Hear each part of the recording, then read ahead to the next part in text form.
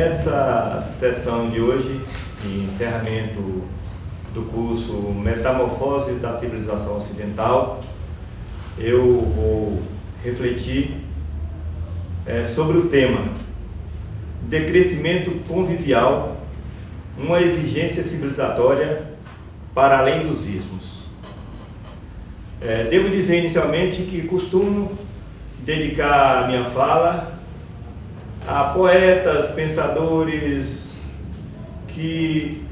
dos quais eu sou tributário das ideias.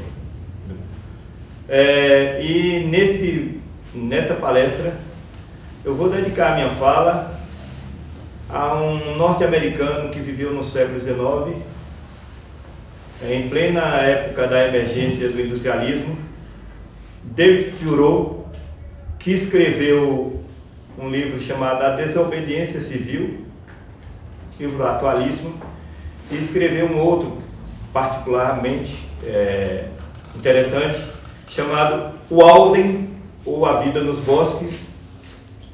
E Thoreau, como um bom desviante, insurgiu contra o industrialismo àquela época. Ele dizia: a maioria dos luxos e dos confortos da vida não só são indispensáveis, como constituem até obstáculos à elevação da humanidade. Então, fica a minha homenagem a David Thoreau. Dito isso, como é que nós vamos desenvolver esse tema? Decrescimento convivial, uma exigência civilizatória para além dos ismos. Eu vou trabalhar em 3 momentos.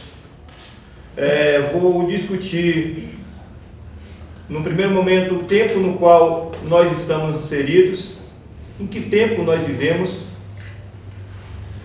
No segundo momento, eu vou discutir o que eu chamo sintomas que demonstram o esgotamento da civilização ocidental.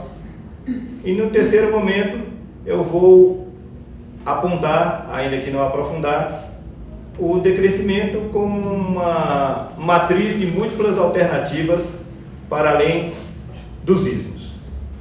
Na verdade é o seguinte, nós, entrando no primeiro tópico, o tempo no qual vivemos, nós estamos vivendo sob a égide de 2 ismos que são dominantes: o hipercapitalismo e o ultraliberalismo.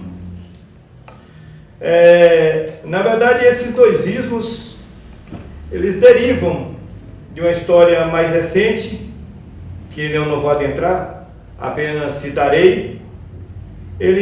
As origens desses 2 ismos, do hipercapitalismo e do ultraliberalismo, as origens estão ligadas especialmente ao pós-guerra, pós-Segunda Guerra Mundial, onde os países materialmente desenvolvidos,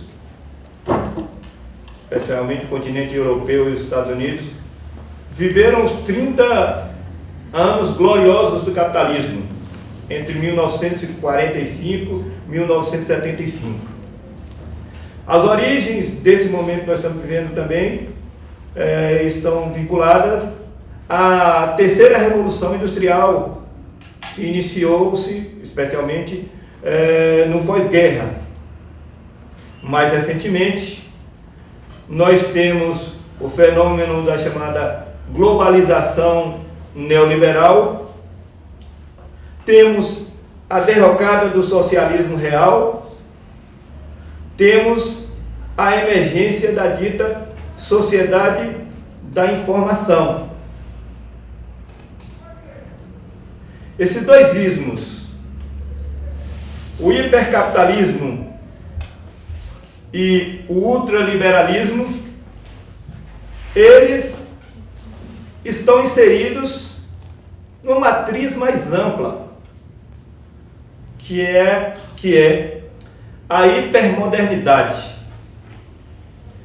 Sem adentrar muito na discussão sobre a hipermodernidade, nós poderíamos dizer que hipermodernidade pode ser, a expressão pode ser substituída por modernização desenfreada. A expressão hipermodernidade ou o conceito hipermodernidade pode ser substituída pela expressão segunda modernidade ou modernidade consumada, ou ainda, conforme nos informa Zygmunt Bauman, modernidade líquida. Nós ainda estamos operando no âmbito da modernidade. Não superamos esse estágio civilizatório. Hipermodernidade é um conceito trabalhado por um francês chamado Gilles Lipovetsky, que dá conta, entre outras coisas, da singularidade desse tempo, ao mesmo tempo em que diz que não houve uma superação da matriz moderna. Nesse tempo, quase tudo está vinculado ao prefixo hiper. Hipernarcisismo.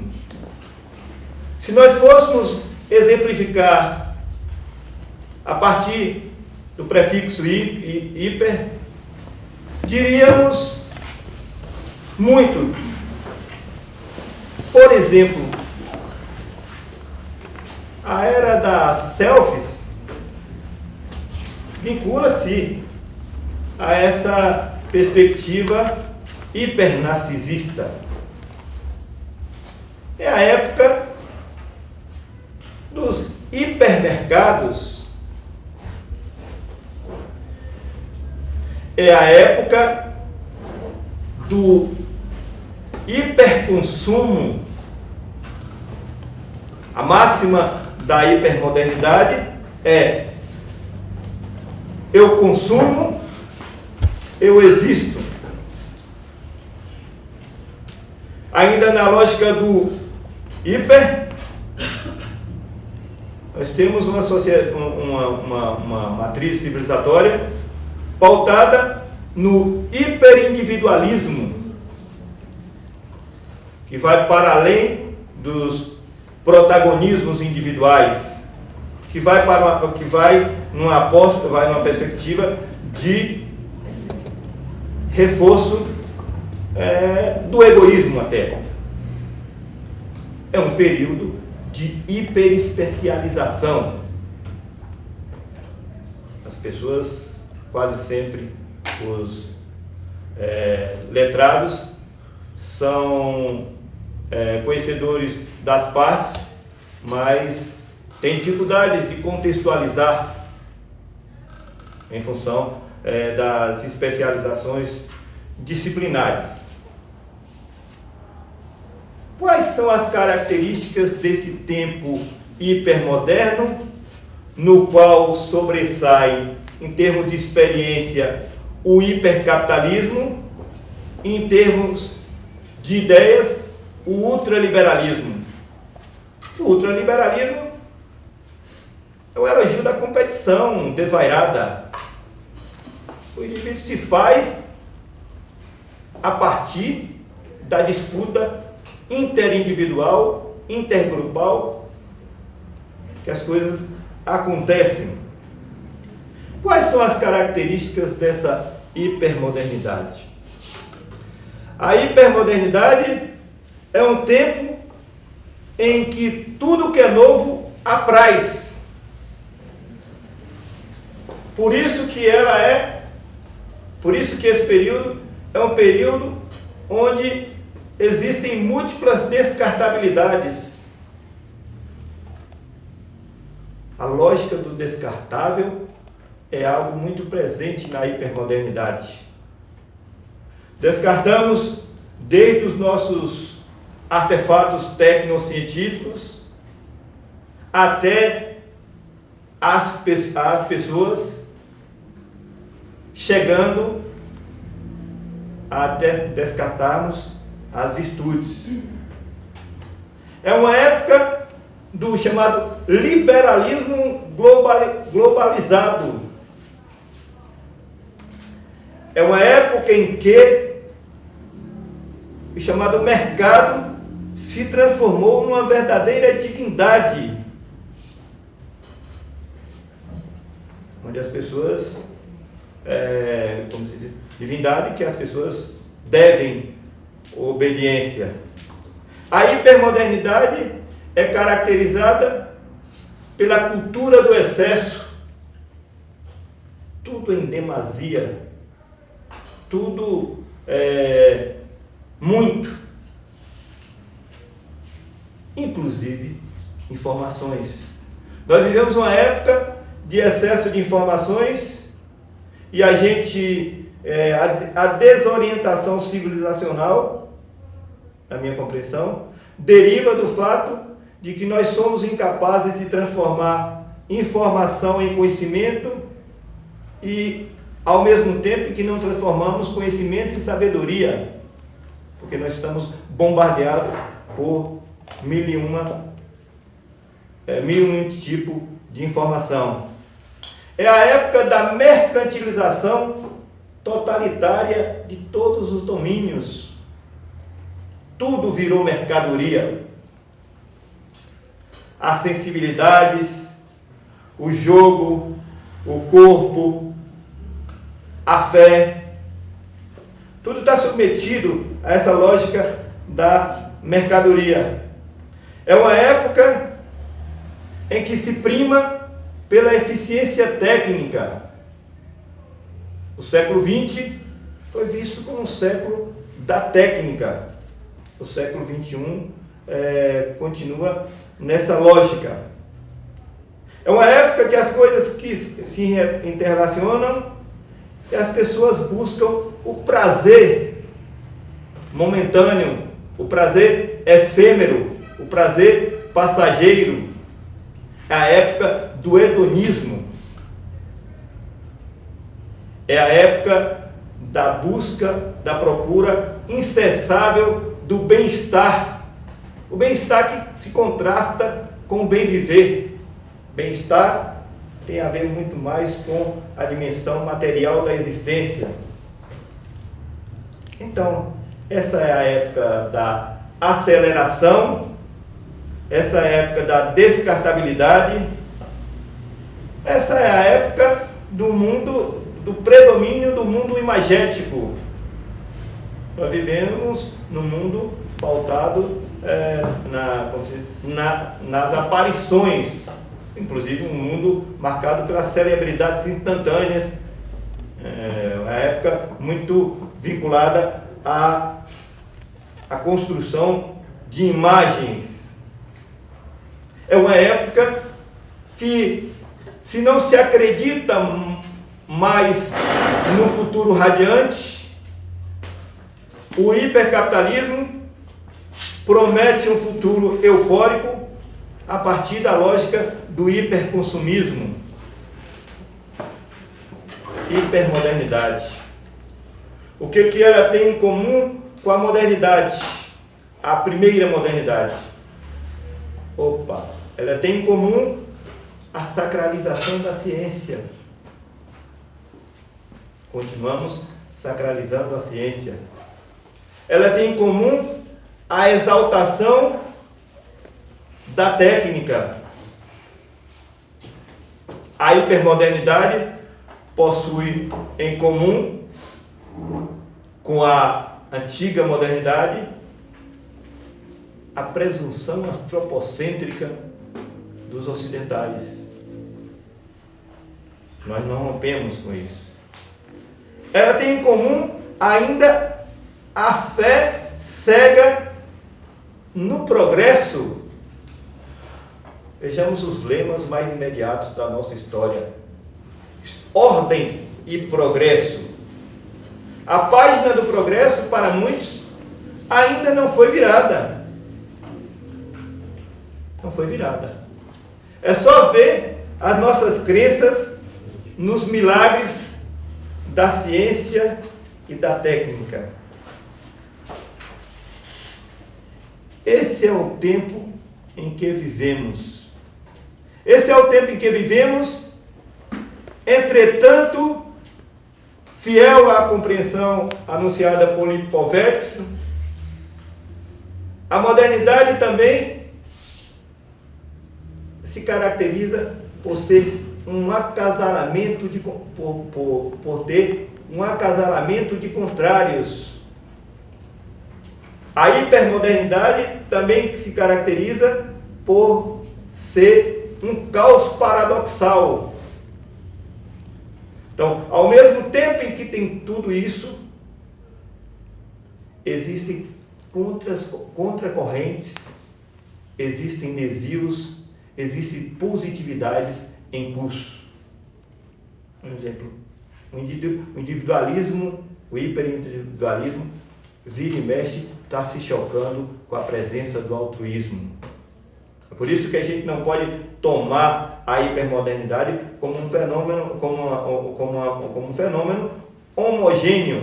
Ele é caracterizado também por contraditórios, inclusive na mesma matriz. As pessoas procuram, através da nova utopia do corpo perfeito, procuram emagrecer, mas cada vez a gente tem sociedades ocidentais mais obesas.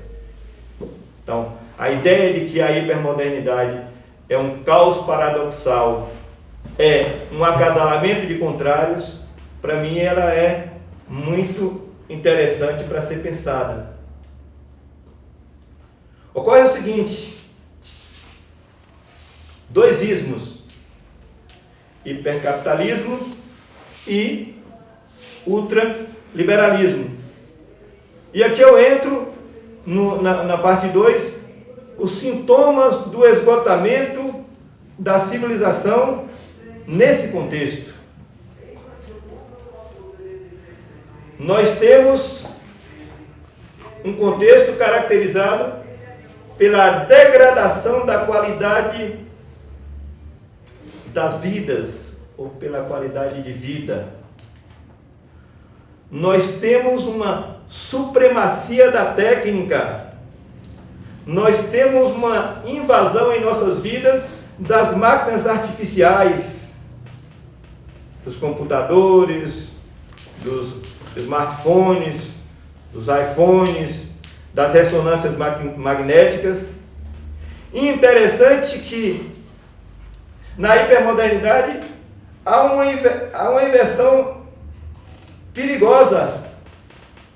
Os humanos ocidentais estão aqui, acolá e alhures os humanos estão procurando imitar as máquinas. Os humanos estão subordinados, muitos deles, à lógica da frieza.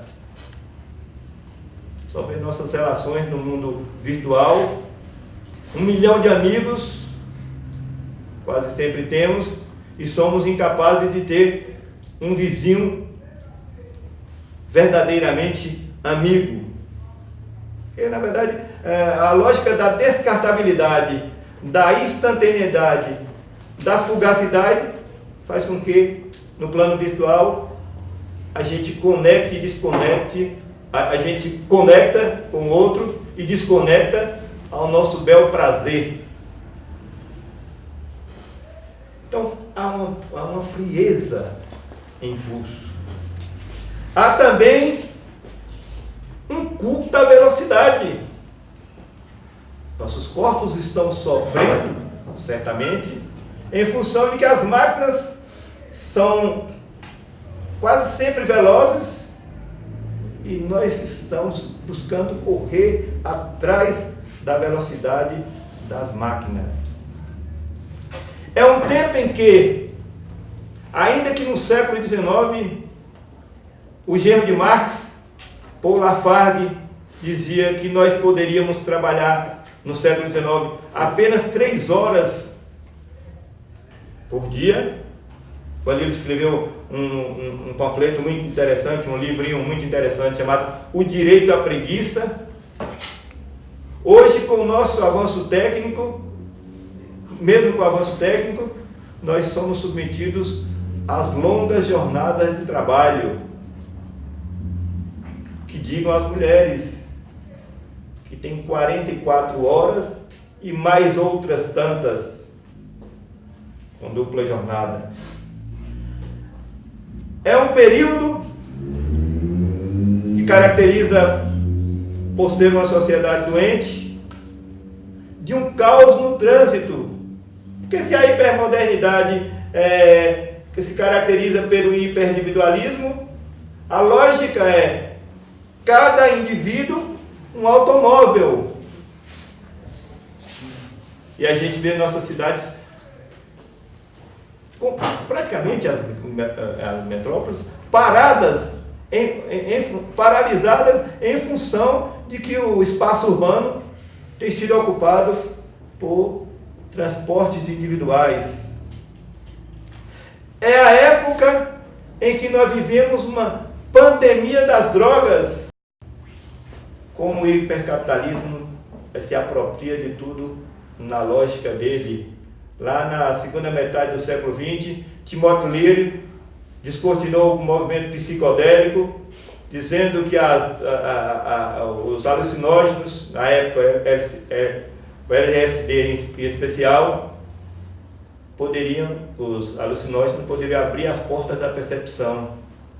Hoje o que a gente vê é uma sociedade onde existem 1001 desconfortos e as pessoas buscando refúgio nas drogas ilícitas de todo tipo, o que eu chamo pandemia das drogas. Nós vivemos também submetido ao alastramento das doenças da alma, ou os transtornos da alma. As depressões de vários tipos já ficaram banais. Até pouco tempo, nós desconhecíamos transtornos como transtorno bipolar, síndrome do pânico. Na verdade, as sociedades materialmente desenvolvidas, elas convivem com as famosas o alastramento das doenças do progresso. Entre elas, esses transtornos da alma. Mas certamente os cânceres, as diabetes, se inserem nesse processo. No caso do Brasil, o Brasil é uma civilização singular e integrada. O Brasil convive com as doenças do progresso e as doenças, entre aspas, muitas aspas, do atraso. Ainda tem muita gente morrendo de coqueluche, de tuberculose e outras doenças. Na verdade, atraso, entre aspas. Nós vivemos também submetidos ao que eu chamo a presença do mosaico de medos. Nós estamos submetidos a esse mosaico de medos. Nós temos medo de adoecer, nós temos medo de envelhecer, nós temos medo de trafegar de carro, nós temos medo de andar a pé, nós temos medo da noite, nós temos medo em Paris do estrangeiro, nós temos medo no Brasil dos vizinhos. É um mosaico de medos. Nós temos medo de atropelamentos. Nós vivemos numa época em que há uma banalização da cultura de violência. As macro-utopias já não existem. Então a lógica do salve-se quem puder. Nós vivemos numa época, por mais que nós consideremos a hipermodernidade um caos paradoxal, onde existem positividades em curso, nós vivemos uma época fundada na forte presença dos pecados capitais e na irrelevância das virtudes. Opa! Tanto faz ser cortês como mal educado. A virtude é descartável. Tanto faz ser sincero como desleal. A virtude é descartável. Tanto faz ser egoísta quanto altruísta. Tanto faz ser honesto quanto desonesto. É essa a lógica dominante da sociedade hipermoderna. Essas coisas todas e outras tantas que vocês certamente dirão para mim, compõem o quadro da degradação da qualidade de vida. Entretanto, a degradação da qualidade de vida se encontra com a degradação dos meios de vida, a degradação ecológica. Não vou encher vocês com dados, mas vivemos imersos em poluições de todos os tipos. Poluição sonora, poluição visual, poluição dos lagos, poluição dos rios, poluição dos mares, poluição atmosférica. Nossas mentes estão poluídas, porque vivemos numa lógica monocultural, ainda abraçamos o progresso material como a grande panaceia para a resolução dos problemas.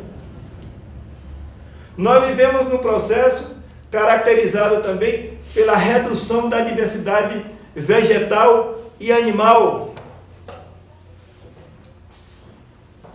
Espécies de plantas desaparecem a todo momento, inúmeras. Espécies de animais também desaparecem frequentemente, em função da lógica fundada na perspectiva ultraliberal de aumento do consumo, enriquecimento material, progresso econômico, crescimento. Nós vivemos numa época em que não é o detalhe as famosas mudanças climáticas derivadas do aquecimento do planeta. É indiscutível que o aquecimento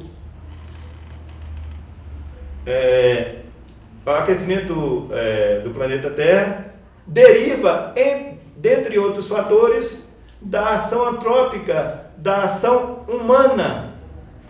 Não de todos os humanos, dos humanos ocidentais ou ocidentalizados. Mudanças climáticas. Cabe registrar, nós estamos no estado da Bahia e nesse momento a gente teve em Vitória da Conquista mudanças abruptas da temperatura, um calor incomum para agosto. Conquista está vivendo um momento de racionamento de água. Há pouco tempo, perto de nós, Itabuna, muitas casas estavam sendo abastecidas com carros-pipa. Em Itapetinga, bem pertinho de nós, milhares de cabeças de gado já morreram. Nós estamos vivenciando um processo recortado pelas mudanças climáticas. Isso, na minha compreensão, deriva também daquela máxima humanista, a do passado, de que o mundo pertence ao homem. A natureza talvez esteja informando algo diferenciado. Vira e mexe, a gente vê ondas de calor lá fora, e há pouco tempo, inclusive, o continente europeu estava sofrendo com chuvas bastante intensas. são as mudanças climáticas que estão em curso. E aí? E os ismos? Está claro para nós que o hipercapitalismo é inviável, é indesejável. O hipercapitalismo é inviável, é indesejável, é impraticável, porque coisifica, destrói o planeta, destrói as nossas reservas humanas mais sagradas. Nós estamos diante da inviabilidade, da continuidade, ou diante da inviabilidade da perpetuação do hipercapitalismo. Mas nós estamos também diante da impossibilidade de concretização de outros ismos. Eu devo anunciar uma compreensão que tanto o socialismo quanto o comunismo idealizado no século XIX se constituem com impossibilidades históricas, em função de que essas duas perspectivas civilizatórias estão inseridas nas chamadas utopias industriais. É um industrialismo moderno que está em crise. Então, se o industrialismo moderno está em crise, as utopias gestadas em meio ao industrialismo também estão em crise. E aí? O que fazer? É nesse contexto, portanto, caracterizado pelas fragilidades dos ismos, que está inserida a emergência do decrescimento. Uns chamam Serge Latouche, referência bastante significativa para discutir essa questão, chama decrescimento sereno. Outros, inspirando-se no pensador Ivan Illich, chamam de decrescimento convivial, e outros chamam de decrescimento sustentável.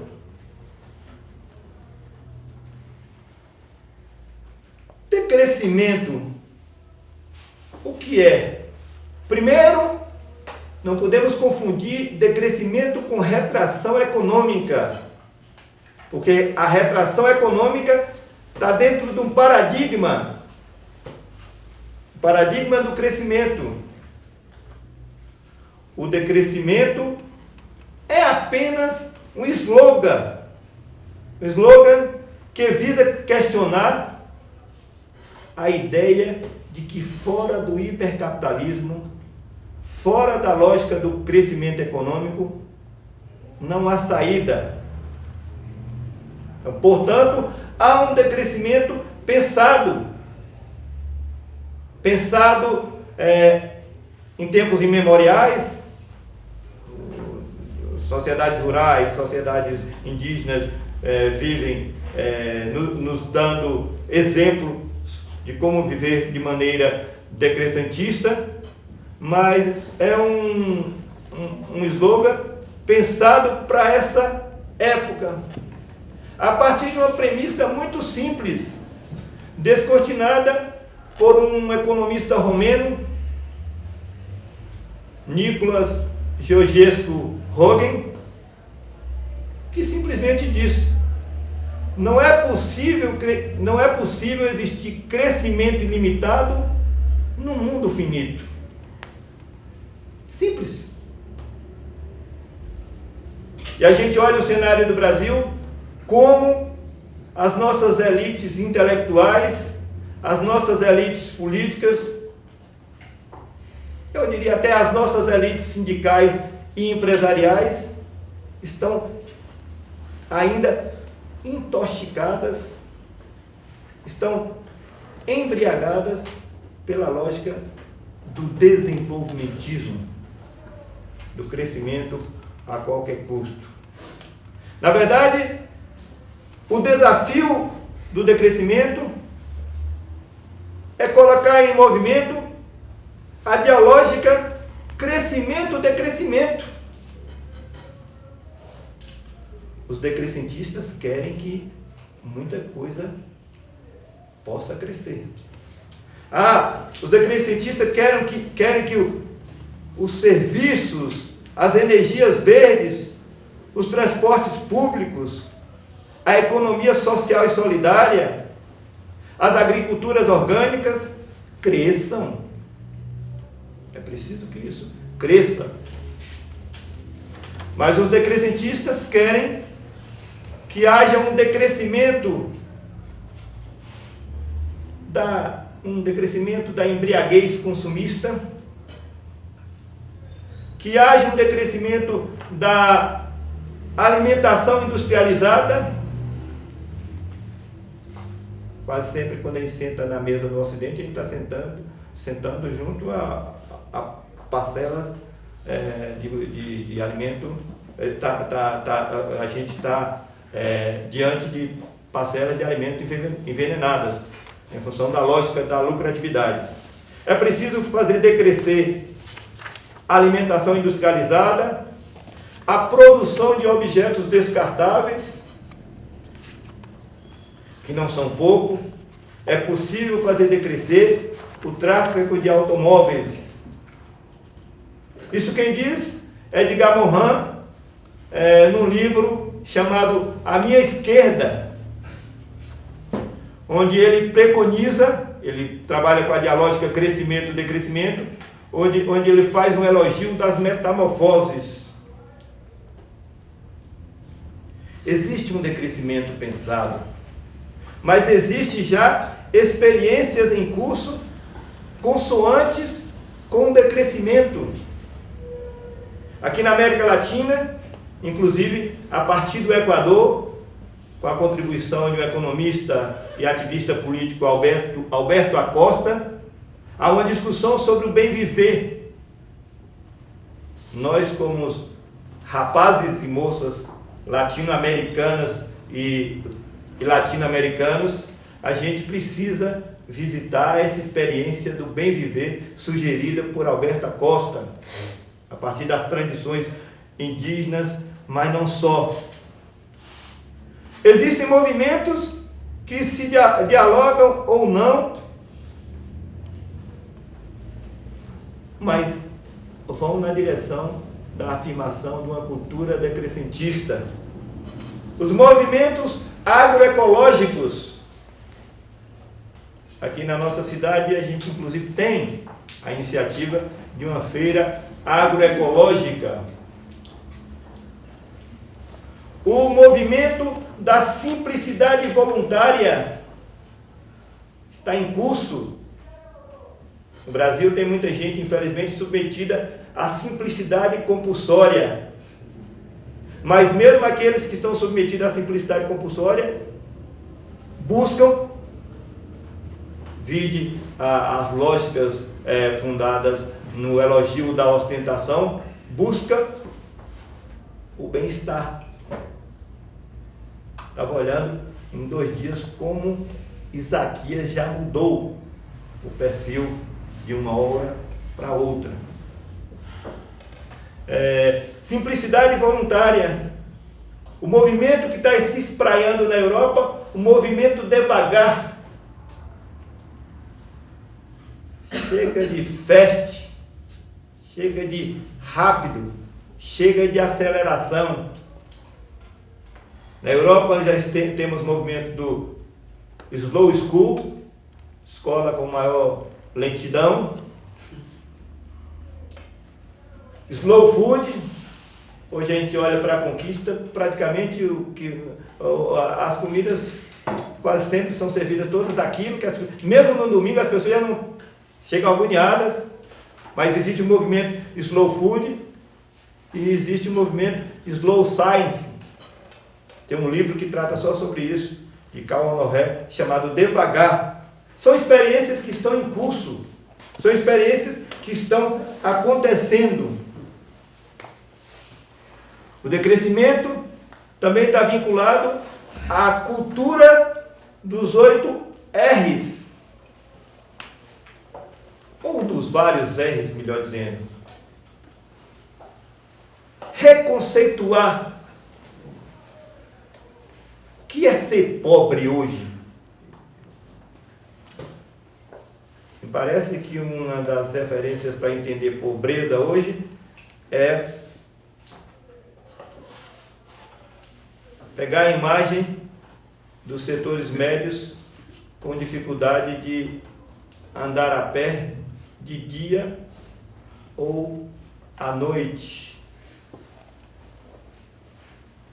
Temos muita gente ricas materialmente, mas pobres no viver. É preciso reconceituar o que é pobreza. É preciso reestruturar. É preciso desestimular a produção do desnecessário. Eu pergunto, para que armas no mundo? É preciso produzir bens essenciais de qualidade para todos. É preciso, ao invés de fazer o bolo crescer para depois dividir, é preciso redistribuir a riqueza socialmente produzida. Por isso que nós, decrescentistas, a gente defende a jornada de trabalho de 21 horas.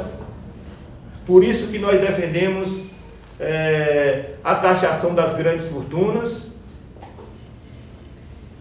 Por isso que nós defendemos a reforma agrária e outras bandeiras distributivistas.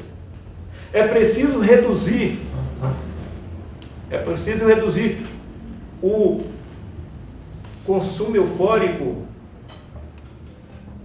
É preciso reduzir o impacto que nós causamos na biosfera. É preciso reutilizar ao invés de substituir. A sociedade hipermoderna é encantada com vários verbos. O verbo apressar com 2 S's e o verbo apressar com C cedilha. Esse parece que é mais encantador. Qual é o preço disso? Ainda mais no mundo virtual. Qual é o preço? Reduzir, reciclar, reutilizar, reaproveitar. É preciso reencantar. Está faltando muito encantamento no mundo. Mas a modernidade contribuiu para o desencantamento do mundo. É preciso que nós utilizemos, associada à cultura dos R's, a gente utiliza em verbos que possuam o prefixo des. É preciso desapegar. É preciso que nós desapeguemos dos bens materiais, mas não só deles. É preciso desacelerar. É preciso, inclusive, experimentar o nadismo, o direito de não fazer nada. É preciso desmercantilizar, ou melhor, desmercadorizar. Desmercadorizar o corpo, desmercadorizar a fé, desmercadorizar o conhecimento, desmercadorizar o jogo. É preciso desocidentalizar. Metamorfose da civilização ocidental. Desocidentalizar significa a gente enxergar riquezas em populações que não são afetadas pela ocidentalização. estão aí as experiências dos indígenas, mas não só. É preciso que nós valorizemos os saberes das populações tradicionais, porque entre os letrados reina muita confusão. Muitas vezes os letrados urbanoides, endeusadores da técnica, apaixonados pela ciência, dizem: nós vamos, juntam 4, 6, 8, 10, dizendo, nós vamos, e quando começa o debate, terminam concluindo que não sabem para onde ir. Entretanto, populações ainda semi-afetadas pela ocidentalização, populações ribeirinhas, comunidade de pescadores, muitas vezes reúnem entre si e um diz lá: nós vai. Quase sempre pessoas que dizem nós vai, sabem onde estão indo. É preciso que nós nos abramos para aprender com eles. É preciso desiludir. É preciso desiludir. Desiludir. E aqui eu caminho para minhas considerações finais. É preciso desiludir. Nesse contexto, preenchido por múltiplas metamorfoses, é preciso desiludir com um certo humanismo, com um certo antropocentrismo, com o industrialismo. É preciso que nós nos desiludamos com os ismos. Porque, como dizia Carl Ludwig Born, no final do século XVIII, perder uma ilusão nos torna mais sábios do que encontrar uma verdade. Eu penso que, certamente, a partir da superação dos ismos, nós vamos começar a perceber que, diferentemente do que diz certo antropocentrismo presunçoso, o mundo não pertence ao homem. O mundo não pertence ao homem. Por quê? O homem sendo apenas um breve pulsar num silêncio antigo, e é isso que o homem é, um breve pulsar num silêncio antigo, nós precisamos assumir que o homem pertence ao mundo. E eu penso que a perspectiva do decrescimento aponta nessa perspectiva de nós, aos poucos, irmos introjetando essa ideia de que o homem pertence ao mundo e interiorizando um novo modo de ser, que eu chamo modo de ser humildade. É isso, muito obrigado.